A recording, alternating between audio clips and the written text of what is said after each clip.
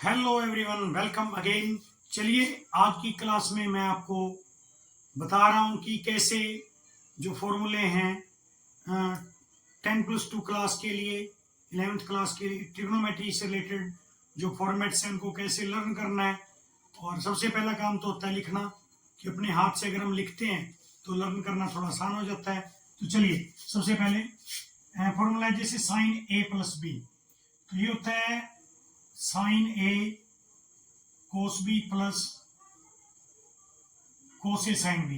Plus वाले में plus होता है और माइनस आएगा तो माइनस हो जाएगा।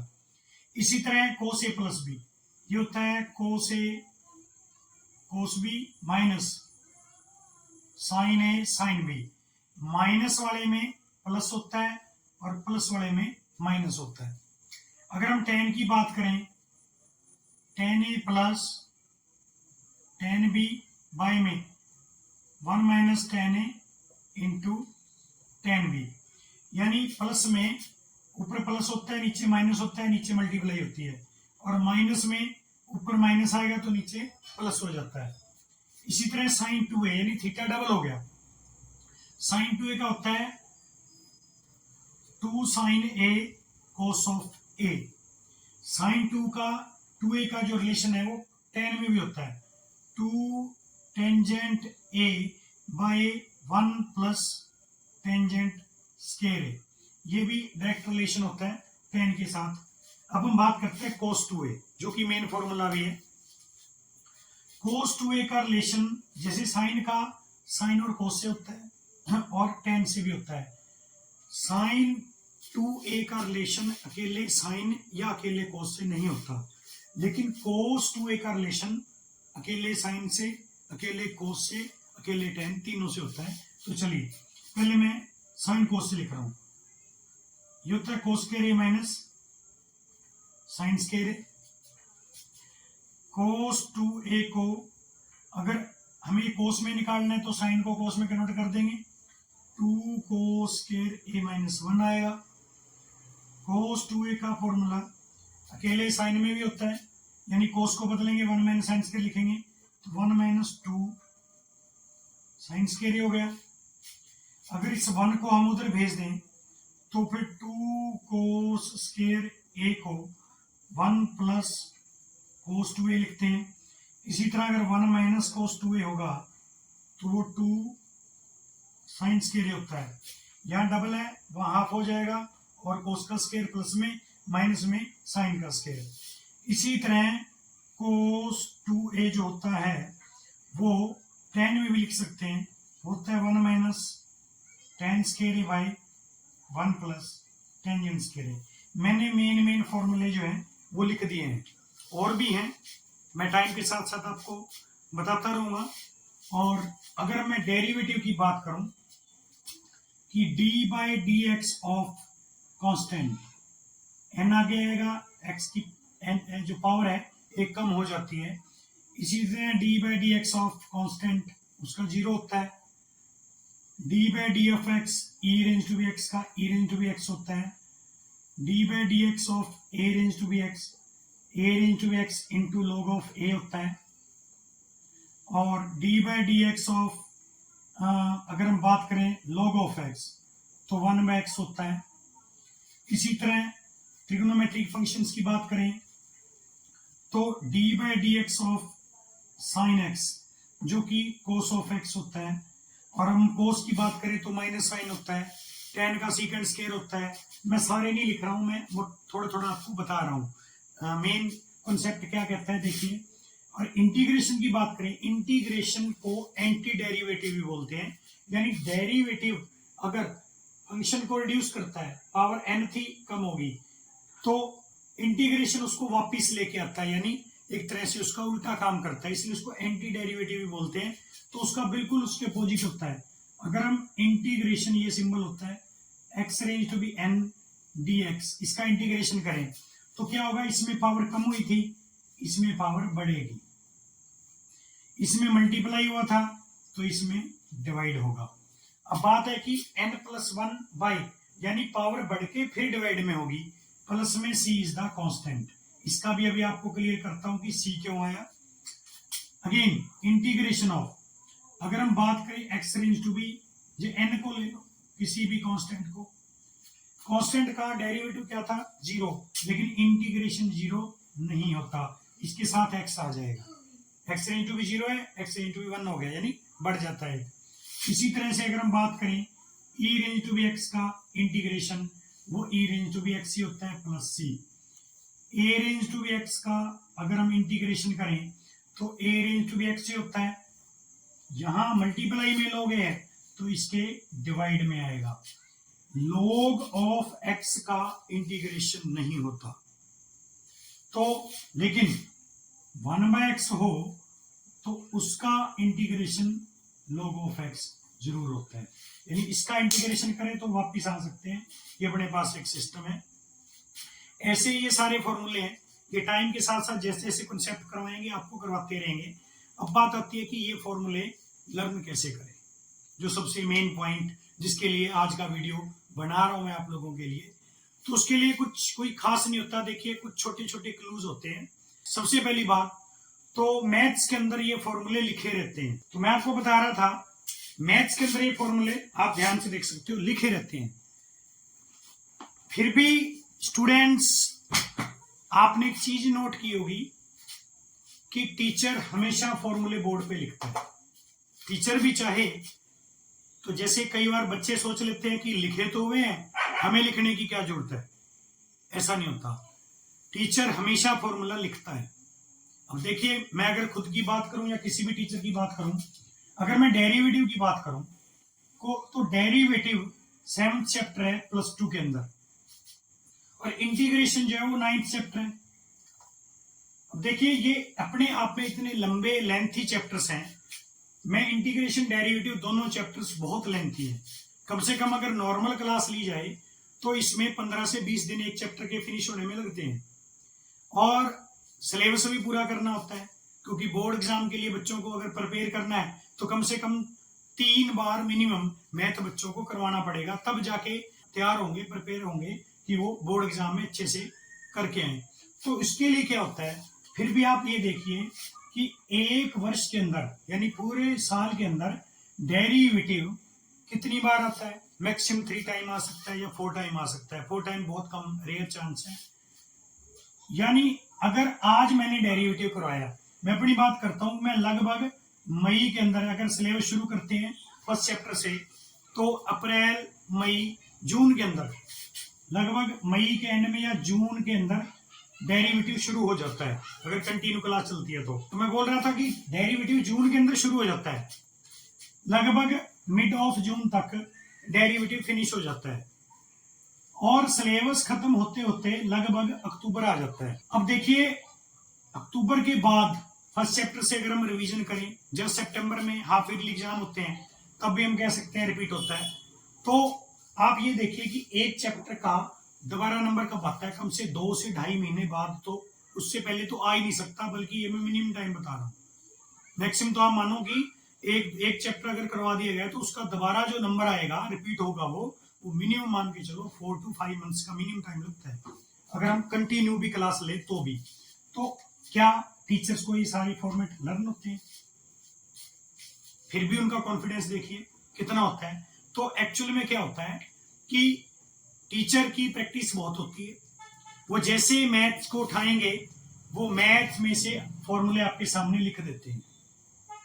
आज हमारा इतना एक्सपीरियंस है इसलिए हमें देखने की जरूरत नहीं है, सारे फॉर्मेट बिना देखे हम लोग सारे लिख सकते हैं, और हमें देखकर बच्चों को लगता है कि हाँ सर को तो आते हैं, बट हमें जब आएंगे तब तो ऐसे नहीं आ जाएंगे, ये हमें एक दिन में नहीं आए हैं। इसके लिए भी एक तरीका होता है, वे होता है। नंबर 1 तो आपको जब भी मौका मिले क्वेश्चन करने का फॉर्मूले जरूर लिखने चाहिए, वो चाहे किसी भी क्लास के बच्चे देख रहे हो, हर क्लास के लिए वैलिड है ये। आपको फॉर्मूले हमेशा एक्सरसाइज, जब भी एक्सरसाइज शुरू करते हो तो उस एक्सरसाइज से रिलेटेड जो भी फॉर्मूले हैं पहला पेज उसको दिया करो, उसके फॉर्मूले वहां लिखा करो। अब मैं बात +1 +2 की कर रहा हूँ मेन, तो +1 +2 के लेवल पे क्या होता है, क्योंकि लोअर क्लासेस में तो इतने फॉर्मूले नहीं होते किसी भी चैप्टर के, बट 10+1 2 के लिए बहुत सारे फॉर्मेट्स हो जाते हैं, इंटीग्रेशन से रिलेटेड बहुत सारे हैं। ये तो मैंने अभी इसका मान के चलो 1/3 भी नहीं लिखे हैं, कम से कम मान के चलो बहुत सारे ज्यादा होते हैं। तो इनको कैसे लर्न किया जाए, तो इसका एक बेस्ट वे ये है कि फर्स्ट तो है कि आपको जब भी मौका मिले इसको राइट करें, जब भी चैप्टर करवाया जाए फॉर्मूले अपने हाथ से जरूर राइट करें, चाहे आपको आते भी क्यों ना हो, एक बार हाथ से लिख लें। हाथ से लिखते ही जो आपको 10% था वो 90 हो जाता है। भगवान ने ये चिप दी है, इस चिप के अंदर हम वही चीज डालेंगे जो हमें डालनी चाहिए। इधर उधर की चीजें डालेंगे तो मेन चीज, मेन कॉन्सेप्ट निकल के बाहर नहीं आएगा। जैसे बचपन में हमने बहुत सारे दोस्त देखे, बहुत सारे लोग थे जो हमें हेलो हाय बुलाते थे क्योंकि हम लोग छोटे थे। फिर उसके बाद लेकिन उनमें से कितने लोग हैं, कितने साथी हैं या कितने मित्र हैं जो आपके साथ पढ़ते थे, आज +2 लेवल पे भी आप उनके नाम भी याद रखते हो? नहीं। बहुत कितने टीचर्स हैं जिनके नाम आपको याद है? सिर्फ उन लोगों के नाम याद है जिनका आपके साथ डे बाय डे अट्रैक्शन होती रही है, या डे बाय डे आप उनसे मिलते रहे हो, जब वो रिपीट होते हैं आपकी लाइफ में। जो आए 1-2 साल रहे और दोबारा वो आपकी लाइफ में नहीं आए, वो कहीं और चले गए, वो आपको भूल चुके हैं, क्योंकि फिर माइंड भी उसको नहीं कोलैबोरेट करता। तो सिंपल सी बात है, हमारा जो माइंड है वो अपने अंदर स्टोरेज में केवल उन्हीं चीजों को डालता है जो चीजें हमारे काम की होती हैं। हमें आज भी अपनी बुआ जी का नाम याद है, हमें अपने दादा दादी का नाम याद है, क्योंकि वो लोग क्या है, वो रिपीटर है, वो बार बार हमारी आंखों के सामने आते हैं और बार बार प्रैक्टिस होती है, तो हमें वो चीज लर्न की भी जरूरत नहीं है। आज हम देखते हैं, उनको पहचान लेते हैं। और ऐसे बहुत सारे दोस्त हैं जो बचपन से लेकर आज तक हमारे साथ हैं, तो उनको भी हम देख सकते हैं, उन पहचान सकते हैं। लेकिन जो लाइफ में एक बार आए और दोबारा नहीं दिखे, या कहीं दूर चले गए और बहुत ही सालों बाद हमें मिलते हैं, तो उनको हम ढंग से पहचान भी नहीं सकते, क्योंकि जो हमारा माइंड है वो भी उनको पहचानने से मना कर देता है। बस हल्का सा क्लू होता है कि यस कुछ ऐसा था लाइफ में। फॉर्मूले भी सेम होते हैं, इनको आप माइंड में रखोगे, बार बार बार बार बार बार रिपीट करना है। रिपीट करने का वे क्या होता है? सिंपल है कि जब भी आप नई क्लास अटेंड करो, ट्रिग्नोमेट्री में खास तौर पे बता रहा हूं मैं, और इंटीग्रेशन डेरिवेटिव में बता रहा हूं। ट्रिग्नोमेट्री का एक ही सीन होता है कि ट्रिग्नोमेट्री के अंदर जो फॉर्मूले हैं वो लर्न क्यों नहीं होते बच्चों को, क्योंकि आपको लगता है ट्रिग्नोमेट्री एक स्टेज है, सीढ़ी की तरह होता है। आप पहली सीढ़ी पे हो तो अगले दिन आप दूसरी पे गए हो, लेकिन आपको हर दिन स्टार्टिंग यहां से करनी होती है। आप सोचते हो कि आप पहली के बाद दूसरी पे चढ़ गए, दूसरी से आप तीसरी पे जाओगे, तीसरी से चौथी में जाओगे, हर दिन जा रहे हो, first day, second day, third day, ये फोर्थ डे हो गया। आप ऐसे ऊपर ऊपर तो चढ़ रहे हो, लेकिन जब आप फर्स्ट पे गए तो आपने फर्स्ट के लिए अप्लाई किया, जब आप सेकंड पे जाते हो तो ट्रिग्नोमेट्री सीखने का बेस्ट वे है, आपको फर्स्ट और सेकंड दोनों को प्रिपेयर करना है। थर्ड पे जाओगे तो फर्स्ट सेकंड दोनों को, फिर थर्ड को। फोर्थ पे जाओगे तो फर्स्ट सेकंड थर्ड तीनों प्रिपेयर होने चाहिए, तो जाके, यानी पीछे वाला भी आपको रिमाइंडर लेना होता है। जब आप पीछे वाले फॉर्मेट्स भी देख के जाएंगे तो आपको हमेशा अगली क्लास अटेंड करने से पहले कम से कम 10 से 15 मिनट जाने से पहले फॉर्मूले बैठ के उनको आप लिखिए एक पेज पे। मैं अपने बच्चों को, स्टूडेंट्स को हमेशा एक बड़ी कॉपी का सुई वाला पेज उनको बोलता हूँ, जितने फॉर्मूले एक जगह कलेक्ट कर लो, एक ही जगह पे डालो, जिस भी चैप्टर के, कोई फर्क नहीं पड़ता। टोटली पूरे मैथ के जितने भी आपके जो जो चैप्टर हो चुके हैं उनके फॉर्मूले आप कॉपी में लिखते हो, थोड़ा सा टाइम निकाल के एक पेज पे भी लिखते रहो। बस वो पेज आपके पास हमेशा होना चाहिए, आप कहीं भी जा रहे हो, क्योंकि वही पेज आपकी हेल्प करने वाला है। कहीं भी बैठे हो, आप बोर हो रहे हो, आपको लगता है आपके पास काम नहीं है, जो आपको लगता है कि मैं इस टाइम कुछ बुक लेके आता तो पढ़ लेता, हालांकि ऐसा लगता नहीं है बच्चों को आजकल, लेकिन फिर भी मैं बात कर रहा हूँ कि जो पढ़ने वाले बच्चे हैं उनको थोड़ा सा पढ़ने के लिए भी बहाना चाहिए कि नहीं, अगर हमें कोई पुश करेगा तो हम कर लेंगे। तो पुश करने के वे बता रहे हैं आपको। सिंपल वे होता है कि आप वो पेज अपनी जेब में रखो। जब भी आपको लगता है आप कहीं गए हो, आप बोर हो रहे हो, कोई पर्टिकुलर पर्सन है, आपका दिल नहीं लगा कहीं भी, बैठ के 10 मिनट हल्का सा रिमाइंडर ही तो लेना है, तो आप वो काम कर सकते हो। उससे आप करके देखिए प्रैक्टिकली आपको कितनी हेल्प मिलेगी।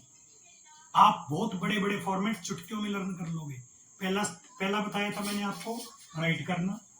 दूसरा मैं आपको बता रहा हूं एक पेज जिसके ऊपर पर्टिकुलर सारे फॉर्मेट होने चाहिए, वो पेज आपके पास हमेशा होना चाहिए। कहीं भी अपने पेरेंट्स के साथ किसी काम गए हो, कहीं भी गए हो, आपको 10 मिनट भी अगर मिलते हैं कि 10 मिनट हमें, अब सिंपल बात है, हम लोग डे बाय डे हर दिन, चाहे बुजुर्ग है चाहे कोई भी है, हम भगवान को याद करते हैं, मंदिर के लिए टाइम निकालते हैं, हर चीज के लिए टाइम निकालते हैं, खाने के लिए टाइम निकालते हैं, तो बच्चों का मेन मकसद क्या होता है? स्टडी करना। मेन टारगेट क्या है उनको कि वो अपनी स्टडी पूरी करें, अच्छे से करें। तो वो भी अगर 10 मिनट अपने निकाल के उस पेज को निकाला, और नहीं तो फिर आप जगह जगह पे मैथ के पेज कहाँ से ढूंढोगे, कहाँ से कलेक्ट करोगे कि उस पेज में था, उस कॉपी में था, वो कॉपी भर गई, मैंने फेंक दी, तो दिक्कत आपको आती है। इससे अच्छा है कि आप क्या करो, फॉर्मूले पेज पे लिखो, उसको हमेशा अपने साथ रखो। साथ रखोगे तो पेज डैमेज भी होगा, डैमेज होगा तो नया बना लो, नया बनाओगे तो दोबारा लिखोगे, दोबारा लिखोगे तो प्लस पॉइंट जो आपको 60% पड़े हैं लिखते ही वो 90 पे पहुंच जाएंगे। तो सिंपल वे होता है, हमें भी जब भी हम 2 से 3 महीने बाद हमारे पास सेम चैप्टर रिपीट होता है तो उसके जितने भी फॉर्मेट्स होते हैं बस एक नजर काफी होती है। एक मैथ उठाया, एक नजर ऐसे देखी, आप बातें कर रहे हो, हम लोग तो बच्चों सिंपल एक्टिंग करके दिखा रहा हूं मैं। बच्चों आज हम ये वाला चैप्टर शुरू करने जा रहे हैं, बहुत ही बढ़िया चैप्टर है, 2-4 बातें आपसे नॉर्मल करेंगे और ये फॉर्मूलों पे अच्छे से हमने देख लिया, ये लो हो गया। हमारी प्रैक्टिस बहुत ज्यादा है इसलिए हमारा इतने में हो जाता है। आप भी अपनी प्रैक्टिस बढ़ा लीजिए। मैं वेरी फ्रेंकली ये बात बोल रहा हूं, मेरे को 20 ईयर हो चुके हैं +2 का मैथ्स पढ़ाते हुए, और इंटीग्रेशन एक ऐसा कॉन्सेप्ट है, जब बच्चे +2 के लिए प्रिपेयर होते हैं तो कई बच्चे इतनी प्रैक्टिस कर लेते हैं कि अगर कोई नया क्वेश्चन इंटीग्रेशन का आता है तो बच्चे हम लोगों से भी पहले कर देते हैं। और जो बच्चे हम लोगों से भी पहले कर देते हैं, मान लो मैंने भी स्टार्ट किया, बच्चे ने भी शुरू किया, तो बच्चे की रीजन, क्योंकि एक्सरसाइज के अंदर कितने हैं, एक्सरसाइज के अंदर 40 to 50 क्वेश्चन होते हैं एक एक्सरसाइज में, ज्यादा से ज्यादा क्या 100 होंगे। मान लो 50 क्वेश्चन एक एक्सरसाइज में हैं, आपकी क्लास अटेंड करते हुए हम कितने क्वेश्चन करवा सकते हैं? ज्यादा ज्यादा में 5, 10, 15 से ऊपर क्वेश्चन कभी कोई टीचर एक एक्सरसाइज से इससे ज्यादा नहीं करवा सकता। अगर आपको लगता है एक एक क्वेश्चन होता है तो नहीं, क्वेश्चन के भी आगे पार्ट होते हैं। क्वेश्चन के 10 पार्ट्स पढ़े हैं मैंने, उसमें से टिपिकल वाले 2 करवा दिए, 8 मैंने आपको प्रैक्टिस के लिए दिए। ऐसे ही हर क्वेश्चन के जितने पार्ट्स हैं उनमें से 2-2, 3-3 हम करवाते रहते हैं। तो हमारे हिस्से में कितने आए? अगर 50 क्वेश्चन थे तो हमारे हिस्से में तो 10 नहीं आए, लेकिन आपने घर जाके कितने करने हैं? 50 के 50। तो आपकी प्रैक्टिस हमारे से क्या होगी? 5 टाइम्स ज्यादा होगी। 5 टाइम्स ज्यादा होने का मतलब क्या है कि जब आपकी जो प्रैक्टिस 5 टाइम्स ज्यादा हो रही है तो आप हमें भी बीट कर सकते हो, टीचर को भी बीट कर सकते हो, और हम लोगों से भी पहले। और जो बच्चे मैंने ऑब्जर्व किया कि इंटीग्रेशन का क्वेश्चन मेरे से भी पहले निकाल रहे हैं, आज तक मैंने कभी नहीं नोट किया, कभी भी नहीं देखा कि उनके 90% से यानी 90 से बिलो मार्क्स आए। और मैथ्स में 90 प्लस मार्क्स आना बहुत अच्छी बात होती है। अपने आप को पूरी लाइफ के लिए बंदा गर्व महसूस करता है कि मैंने इस सब्जेक्ट की तैयारी की थी। तो बहुत ही आसान होता है, बस उसको ढंग से आप ऑपरेट कीजिए। मैं एक क्लास आगे भी आपको मोटिवेशन की टाइम पे मैं आपको जो भी मेरा जो बेस्ट है एक्सपीरियंस आपके साथ शेयर करता रहूंगा। तो आप बने रहिए मेरे यूट्यूब चैनल के साथ, लाइक करें, सब्सक्राइब करें, शेयर करें। Thanks, have a nice day, take care.